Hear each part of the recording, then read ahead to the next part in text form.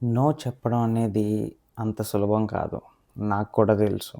అందరి లైఫ్‌లో అందరూ ఒక పాయింట్ ఆఫ్ టైమ్‌లో ఫేస్ చేసే సిట్యుయేషనే ఇది. మనకు బాగా దగ్గరైన పర్సన్స్ వచ్చి ఏదన్నా చేద్దాం అన్నప్పుడు, లేదా ఎక్కడికైనా వెళ్దాం అన్నప్పుడు, మనకది ఇష్టం లేనప్పుడు అంటే due to some XYZ reasons వల్ల మనం నో చెప్పలేం. ఎందుకంటే వాళ్ళతో మనకున్న రిలేషన్‌షిప్ ఎక్కడ డిస్టర్బ్ అవుతది అన్న ఒక చిన్న భయం మనకి. కానీ నేనేం చెప్తున్నానంటే ఇది మన లైఫ్. మనకు నచ్చినట్లు ఉండడం అది మన రైట్ అది. నీకు నచ్చినట్లు నువ్వు ఉంటేనే కదా నువ్వు హ్యాపీగా ఉండేది.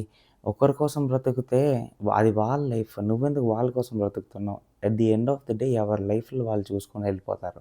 తర్వాత నీ కోసం ఎవ్వరూ రారు.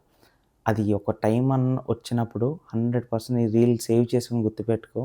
బెట్ ఎవ్వరూ కేర్ చేయరు. నీ లైఫ్ నీదే. వాళ్ళ లైఫ్ వాళ్ళదే.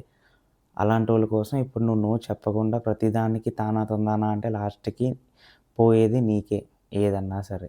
అందుకే నేనేమంటున్నానంటే ఇప్పటి నుంచన్నా, ఇక్కడి నుంచన్నా మించిందేం లేదు. నీకేదైనా నచ్చకపోతే లేదు అని చెప్పు. నచ్చితే చెయ్యి. అంతేగాని ఒకరి కోసం సాక్రిఫైస్ చేయకు. ఒకరి కోసం పని చేయకు. నీ కోసం నువ్వు పని చెయి. నీ ప్రపంచానికి నువ్వే రాజు. అంతే.